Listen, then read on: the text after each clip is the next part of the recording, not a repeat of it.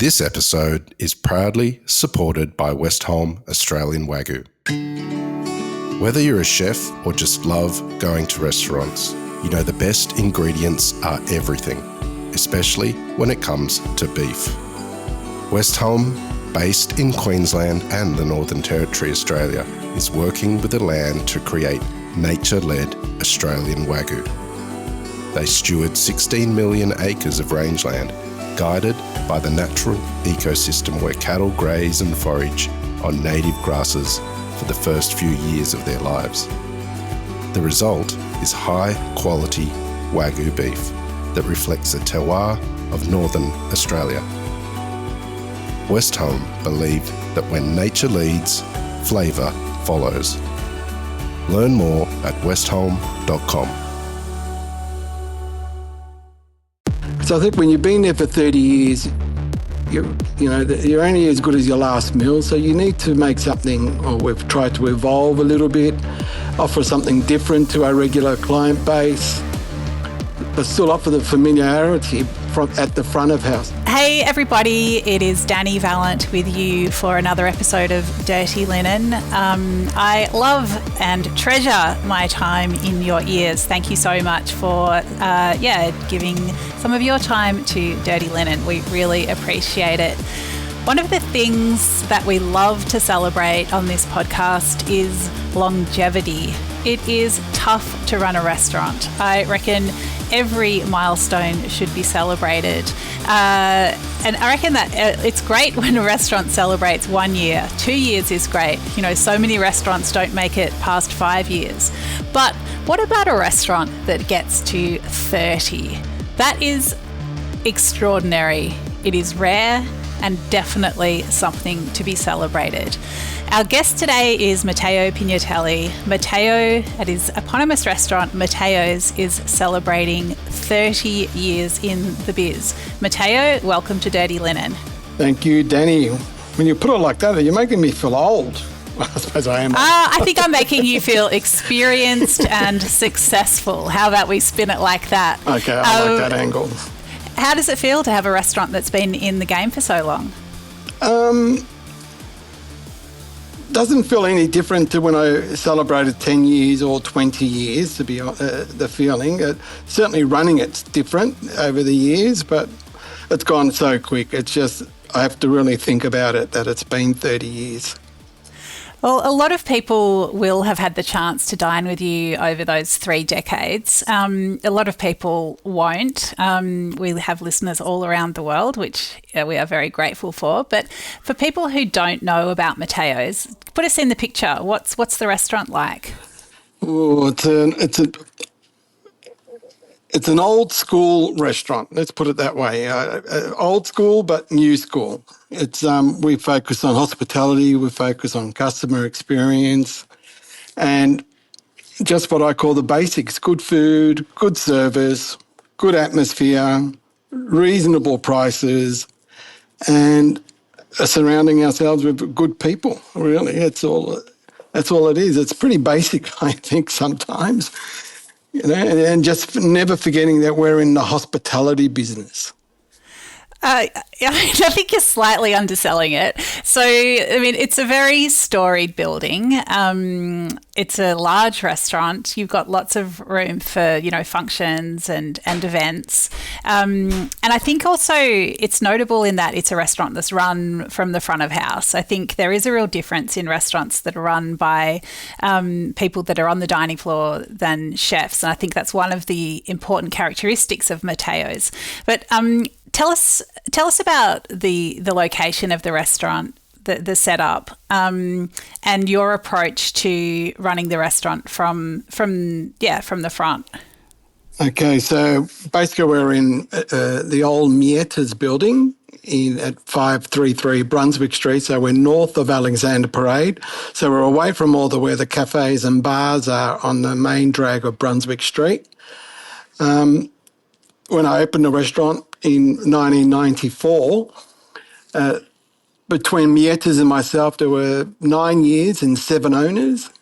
And when I bought it, there was nothing. It was actually a pizza shop when I bought it. I had all this beautiful old grand furniture and A beautiful space. It's got a few dining rooms.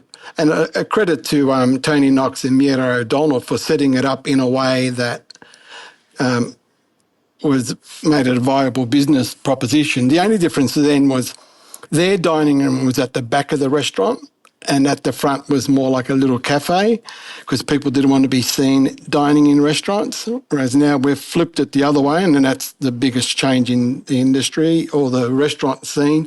People want to be seen and they want to sit at the front, and so we run it from the front to the back, and at the back we have the events. And I think that's been the secret to our success, is having a good mix of events and a la carte. So I always say the a la carte brings you the events. And with the space, it's allowed me to do events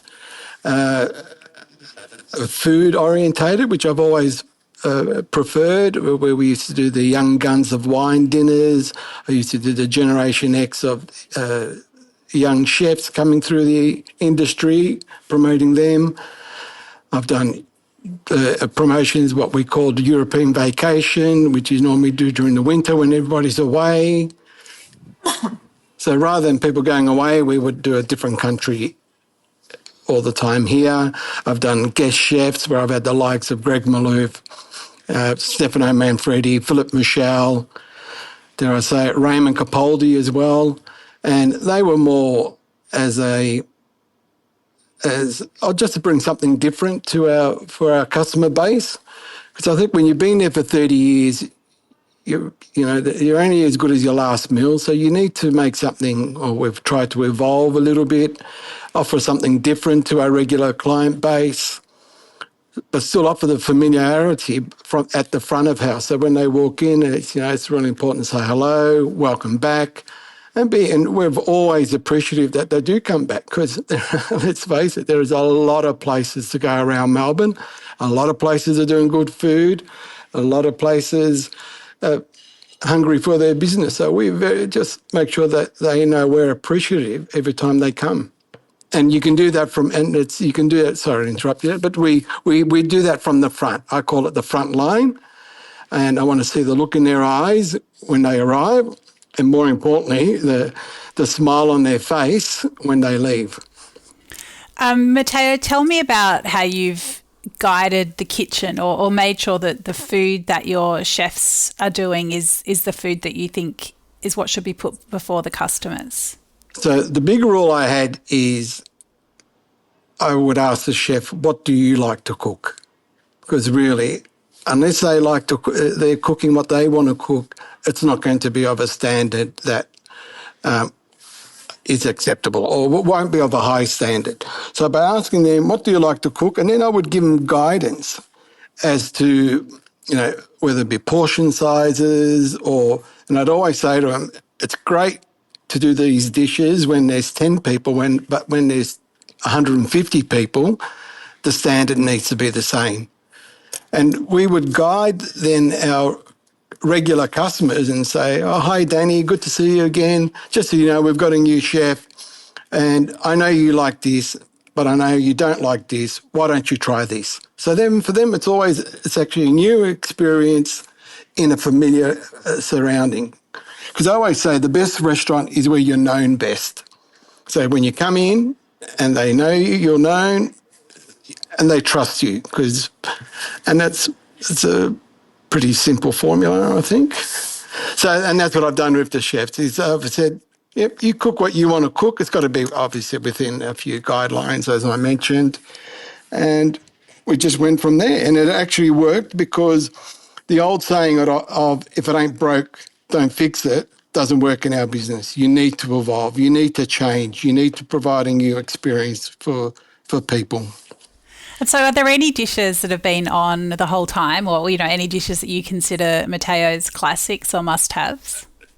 No. In actual fact, there are no, even though during these 30-year celebrations we've been doing this month, we've revisited dishes that have been on the menu for, we'll say, 10 to 12 years, for a very long time. Because every time a new chef starts, they never want to cook somebody else's dish. It's not my dish. you know what chefs are like. But so we tweak them a little bit, but then we change because people's palates change as well. Produce changes. So so at the 30 years, we are actually revisiting dishes that made us famous. There's the gnocco pancake with the gnocco, but it's made like a pancake with the prawns. There's the Brendan McQueen that used to do the seafood trio where it had the eel and the kingfish, and it was more a Japanese-inspired dish because that's when we were doing more Japanese-leaning towards Italian, which people were always surprised. They said, "Oh, you've got an Italian name, and you're doing Asian-inspired dishes." But with the Japanese, it was pretty easy. I find Japanese food very similar to Italian food in that it's simple, but and it's all about the produce. We've had so we keep a couple of Brendan's dishes. Obviously, we had Budalo, who did an amazing job and went off and won competitions around the world. So we've got one of his signature desserts on the menu. So nothing that has lasted the 30 years, if that makes sense. It's a long time to carry a dish on a menu.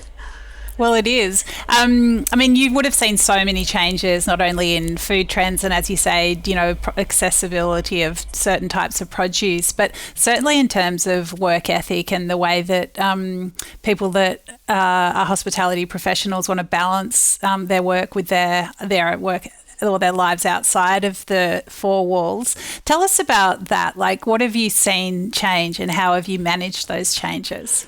Well, I think the biggest change nowadays is that the culture of the industry has changed. And I want to start off by saying it needed to change. It wasn't a great culture.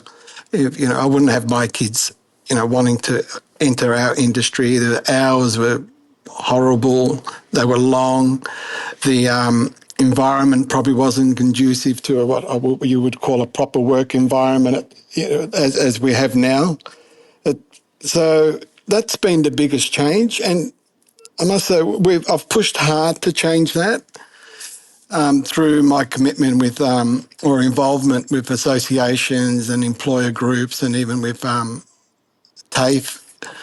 That we needed to change that. So what has changed? The biggest change, I think, is the work ethics. People's work ethic. 30 years ago, if you needed more money to pay the high interest rates, you would get a second job and sometimes a third job. Indeed, when I started the restaurant, it was pretty tough going at the beginning. Even though I ran the restaurant, was open 7 days, mostly nights, I would do a lunch job somewhere else in another restaurant. And I remember it was down the road at the old Colonial Inn. I think it's called Izakaya something now. And just to make up the extra money to pay the bills. Now what's happening is people still want to work their 38-hour week, but want the money of having two jobs, and that's where the challenge is. I think the other things have changed. Today, running a business, you need to be a little bit more innovative. I think there was a while back a few months ago, and I think that's all changed now, where everyone was saying hospitality is broken. It's actually not. I don't think it's broken, and it's just different. It's very different. We need to be smarter. We need to be more professional. We need to be a bit more innovative in the way we run our businesses. We've got to tap into those stay-at-home parents who have had kids and looking after kids that can now, who want to work actually, but just can't. Just be a bit more innovative, where you say to them, okay, look, drop your kids off at school, come do some few hours, go pick them up and go home. And be sensitive to that, and getting the right mix of casuals and full-timers, tapping into seniors and retirees. You can always find little spots for them, And really, what a wealth of knowledge they carry. So we've rostering it. In the old days, you just roster everyone on for 60, 70 hours because it was easier. Now, really, if you think about it, it actually works a lot easier. And the other thing that's changed is also understanding with the is understanding. In the old days, used to be you run a business from a third food cost, a third labour cost, and a third overheads.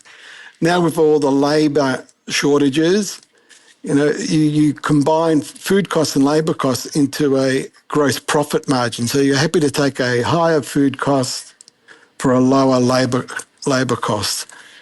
But, the only problem with that, you lose all the skills by buying everything pre-made and pre-prepared. And so that's something that I'm not a fan of. Sorry, but I think I've got sidetracked a little bit there. That's my business brain going into me. Sorry about that. Well, no, you definitely have nothing to apologise for. I mean, it's also interesting, and you need a business brain on your shoulders, right, to run a restaurant now more than ever. Let's talk more about skills, because I know that is something that you're passionate about, and you've often trained apprentices in the kitchens. Where do you see skills at the moment? I think we're losing a lot of skills because people aren't employing apprentices. They think it's too expensive. Then they're the first, there's a lot of restaurateurs always have a go at me and say, oh, you're with a TAFE, where are all the chefs? Why aren't you training more chefs? And I tell them, why aren't you employing more apprentices or trainees? That's where you learn. You learn on the job, and then the school and the TAFE supplement the skills that you can't teach them on the job. So if there's a shortage, it's not the school's fault. It's your fault for not committing to training and development of young people. So do you prioritise that in your restaurant? I try to, yes. A lot of my staff, I've started when they were young. They were young, and I've worked them up, and they're some of my best employees because they've got a great work ethic. And the fact that I'm sympathetic, or maybe not sympathetic is the right word, is I'm passionate about training and development. And a lot of the kids, it's funny, always when I do interview them, if they're young, and normally I have had them at 17, starting at 17, I always get them to bring their parents in because I need their parents to support them in a way, what I call the back of house support when they're at home, or when they're feeling a little bit lazy. It's probably, maybe not, or not unmotivated is probably a better word, that they give them a bit of a kick up give them a little bit of a kick and say, oh no, go into work. But also, I'm also very sensitive that it doesn't affect their schooling. A lot of the guys are doing VCE at that age, and in actual fact, it's quite ironic that a lot of the kids that I call them kids, if I can call them kids, the juniors really excel at school because they've got that work ethic, and it just gives them some confidence, and it affects this. And they've all got great ATAR scores, and not that I ask them for it, because as you know, and my kids keep reminding me, you're not allowed to ask about ATAR scores, but it works really well. It's really interesting. And what's the attitude of the parents? Because, a lot of times we hear that people who want to pursue a career in the kitchen, have to, negotiate their parents' disapproval of that pathway. But how do you find the parents? At the moment, that is the biggest challenge of people entering hospitality.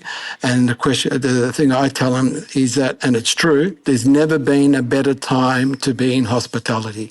Whether in the kitchen, out the front, you can make good money, you can still have a lifestyle that is conducive to friends, and because people are smarter. Well, I like to think restaurants are smarter the way they run their business, in that if you want a Saturday night off, no problem. Who goes out on a Saturday night anyway, really? It's probably the worst night to go. Oh, anyway, I shouldn't say that because a lot of my customers come out on a Saturday. Bless them. But I do explain to the parents, and I invite them into work as well to see the environment that they're working in.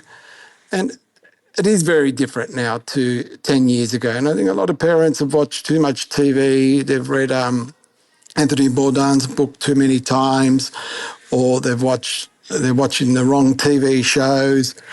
It is a lot better. It's a great career. And we've noticed in the last couple of years that it is changing towards that. So people are entering. There's a lot more people applying for apprenticeship jobs, and that's all. But not only in hospitality, across all other trades as well. So, which is quite promising. I just hope that businesses do the right thing and really look after them and nurture these kids because they are the future. Matteo, we've talked about a lot of things that have changed, but you pride yourself on a consistent hospitality. I mean, does that change? Does the way that you look after customers change over the decades, or is it something that stays pretty consistent? Oh, it's pretty consistent. It's pretty simple, listen to what they want and give them what they want. It's really it's not, that hasn't really changed. If you make a mistake, and everybody makes a mistake, it's how you fix it that is the key, and that you do fix it. And it's, I always say I always put it like, if you were in their shoes, how would you want to be treated? How would you like to be spoken to? And it's pretty easy. And when we work on our customers, it's so hard to get them to come in the front door in the first place that we want them to not only come back but bring their friends. And that's our marketing, looking after them when they're in the restaurant. Then when they leave, they bring their friends. Nowadays, there's a lot of companies, a lot of businesses that spend a bomb on getting people to come in their door, but they've got no money left to actually look after them when they're in the business. Getting them in is, the easy bit. Getting them to come back is the key. And, I mean, you've been around not quite as long as the Good Food Guide, but you've seen, the various ways that restaurants are talked about in various forms of media change over time. What sort of place does that sort of attention have in your mind and in your business? Well, I always say hats are great for your ego, but they don't pay the bills. People are, there's that saying, games are won by people who focus on the playing field, not by those whose eyes are glued on the scoreboard. So and I hate to say it, but mind you, I had lunch not long ago with Rita Ehrlich, and I loved the banter, who was one of the co-authors and who set up the Good Food Guide. And we spoke about the history of the guide and how it's all different now. Now it's all about social media, and we haven't had a hat or such for, 3 or 4 years now, and people still don't realise that because, I don't know, they just don't. I don't know if they're reading that anymore, or well, you would know more than I do, but everything's done by social media, Google reviews. The only problem with that is a lot of those, there's a high percentage of that is fake and can be damaging to a business. But like I said, the reviews are great. They're good. They're great to pin them up on the walls, and the hats were great and all really good. But at the end of the day, I've seen many hatted restaurants, really good restaurants with, heaps of accolades, fail. So, and I think, which is sad actually, because a lot of those places were doing fantastic things, but sometimes you have to focus on the people that are in the business, not your accolades. And what about yourself? Like, how have you changed over the years, Matteo? Do you bring a different mindset to the business than you did at other times? I've changed by where other people say, oh, you should open another restaurant, you should have 2 or 3 restaurants, but I've never believed that. I think when you have 2 or 3 places, you lose focus on your core business or your core venue. When I've got bored, I've joined associations. For a while, I was on the Restaurant and Caterers Association. Then I got not so much bored of that, but I wanted to do more. There was this whole thing about the training, which I mentioned before. So I joined the board at William Angliss. I've been on the board at William Angliss College now for over 10 years. They're really the real changes, just focusing on helping the industry. It's been great for me. So I do spend a lot of time mentoring a lot of younger restaurateurs in industry, giving them advice, maybe telling things they don't want to hear, talking to chefs that want to go into business and trying to understand, what they want to do. And I'd always ask them, what is your point of difference? Why should I stop going to my regular horn and come to your place? And the other thing I always talk to them is about exit strategy. I said, what is your exit strategy? What if it doesn't work? Oh, it's going to work. I said, but what if it doesn't? So just giving advice like that. And I actually enjoy that. I remember during we don't mention the C word, the COVID years, that we closed, we didn't do takeaway. I spent a lot of that time every day. I tried to ring a restaurateur or an operator, just explain how to fill in forms. The government was super, supportive, and we won't go into that topic, but I said, let's fill in the forms. Let's see how we can work through this. And pulling everyone together, giving them a bit of guidance, again, just a bit of support. And that's where I think I've changed. I'm more on growing the industry. And also because as you probably know, I had a bit of a health scare. I had a lymphoma, which it was nearly 10 years ago now, which really changed my perception or my outlook on the way I ran the business as well. So I don't know if we play more a maintenance game now, just making sure standards are met, still the same, rather than a growth tactic. What? Tell me more about that. Like, what was your thought process? When you get diagnosed where you've got a 25% survival rate, you kind of think, wow, it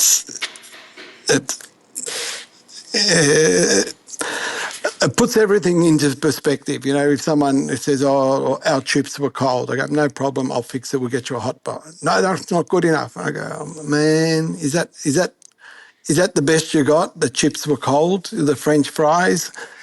It's a kind of, and it's not like, yeah, they shouldn't have been cold, but they were. And whereas before I would have freaked out, I would go, walked into the kitchen and say, "What the hell? These chips are cold," or why aren't we, taking them out straight away? Now it's, yep, we'll fix it. They're cold, shouldn't be cold, we'll fix it. So a lot less stressful. It's really interesting. I mean, do you think that's is that better? Is that better just for you, or is that better for the business? I think it's better for everyone, because then that, not going in and screaming at the kitchen or the waiter who didn't take, it's they're going to be better off, and we're in the people business, so happier people. And that's when I found it actually, everything kind of, it's like the penny dropped. It's they're happy. I have a saying, happy customers, happy boss. So it actually starts with happy staff, happy customers, happy boss, happy customers, or staff. So it's all interlaced. It's all interlaced. It's pretty basic. Yeah, it's so interesting. Matteo, we touched on this a little earlier. You said hospitality is not broken, but it's something that we, keep circling back to on this podcast. Why do you think it isn't broken? Because it's still working. It's harder. I'm not going to say it's not harder, and some people are doing it tough, but you really just need to be a lot smarter. Like I said, a bit more professional. You got to work a little bit harder, and you have to work at it like any business nowadays, and it's very competitive.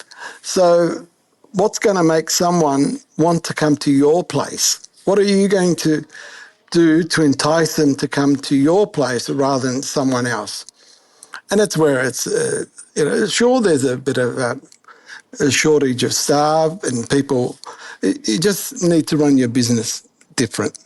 And that's where I think it's where it's not broken. It's still a great business. There's still a lot of places, that people talk about all these places that are closing. Well, maybe because they've just retired. There are places that are always closing, but there's a lot of places opening as well. It's just the style might be different. But there's closures and there's openings. What I worry about is that there's going to be too many big groups that run all the places, but it's great to see a lot of little places, some tiny places. Something you read about these 8 and 10-seater places, and I don't know how you can call them a restaurant, but people are being innovative in the way they do business nowadays, and it'll change. It'll get better. When I say better, it'll be different, but it will be better. And it's interesting that you talk about how competitive it is, but you also talk about how you love helping other business owners or, advising people on their own restaurants. How do you see that balance between competition and collegiality? There is strength in numbers, and we're all different, and that's that's a key point when running a business. You need to be different. The restaurant should be a reflection of the personality of whether it be the chef or the owner. And a good example is I don't drink Cabernet. So on my wine list of 400 wines or whatever, there's very little Cabernet. I don't drink natural wine. And not anything wrong with that, but in my opinion there is. You shouldn't be selling faulty wine, but and that's where we're all different. And then that's why I always ask when I tell these younger people coming into industry, what is your point of difference? You need to be different. Otherwise you become like a hotel dining room, which tries to be everything to everyone. So, and that's where by helping others, I help them from a business point of view as well. It's not that I'm giving them my customers because I want them to succeed. And healthy competition is great. And it keeps me on my game as well. It makes me evolve even more, think about things differently. And I just love seeing people, and especially when people have worked with me, have gone on and done really well, and I support them as much as I can. And it's just beautiful. I don't see it as losing business to them, if that's what you're... And I want the industry to evolve. I want people to be more professional in the way they run their business. I want them to make it a greater industry for people to work in. And that's where, and then slowly, and the parents will realise, you can make money, you can have a life, but it's fun. And that's why I did accounting. I actually graduated, almost graduated as an accountant, and I worked in that corporate world, and I hated it. It was horrible. And that's why I got into hospitality. It's a different, it's just a different lifestyle, a different feeling, looking at people's faces, when they, just looking at their faces and their reactions and how they enjoy it. Or because when you've been here for a long time, I've been to a few, without putting a dampener on things, been to a few funerals of people that are regular customers that have come here. And when you're sitting there in the crowd of, a few 100 people, and someone's doing a eulogy and said, they're going to miss going to their favourite restaurant, Matteo's, and you kind of go, you don't really sometimes understand the impact you have on people, or it's quite humbling actually. Oh, that's so beautiful and sad and wonderful. I mean, what is it that really, fills your cup about what you do? Like, what do you love about that dining room experience? The smiles. The smiles, getting through a really tough service, and it can be tough sometimes. And at the end, everyone's still happy, everyone leaves happy, and they're grateful that you've gone through the effort. And that's people. We want people to have a great time. We want to do the best we can. It's not something we all do it. Oh, we're certainly here, and a lot of places we do it for a living. It's our life. So, yeah, that's what I enjoy. Happy customers. At the end of the day, happy customers, and even happy staff. People that actually enjoy coming to work. That you don't have to ring them up and not that it's ever happened, and say to them, "Where are you?" They're actually coming to work. When they walk in the back door, they're smiling, their uniform's crisp, and they're actually happy to be part of the team. And that's where, so again, and even also suppliers, people forget about the suppliers sometimes. They're people as well, and we really look after our suppliers. There's nothing worse than hearing a story about a supplier that hasn't been paid for a long time. They're running a business as well. They've got staff and their families, so it's quite a big circle of influence that we have. Or when I say influence we have, but involvement we have in the community. Yeah, very well said. And Matteo, what's next? Do you have a succession plan? Are you looking forward to another 30 years? Of course, I'm not looking forward to another 30 years. No, I do have a succession plan. So ideally, I have I have to run it by him, but I have my manager, Charles, who's been with me now for quite some time, nearly 17 years. So I think the plan is to sell him or sell him a share, definitely. Businessman, I don't give it away, but he'll take a share of the business, take a little bit more involvement. And eventually what I'd like to do is sell, which is a trend now, sell a bit of a share now to a chef as well, and just have a three-way partnership and share the spoils and the losses and the stress. But at the moment, I'm still enjoying it too much, where I think there's a problem where I spend way too much time here. But it goes quick and I don't even think about it. It's just normal. Yeah. Well, it certainly is normal to think about you there on Brunswick Street, Matteo, and congratulations on 30 years. It is an extraordinary milestone, and yeah, really grateful to you for sharing some tales and fruits of your experience with us today. Oh, thank you, Dani, for having me.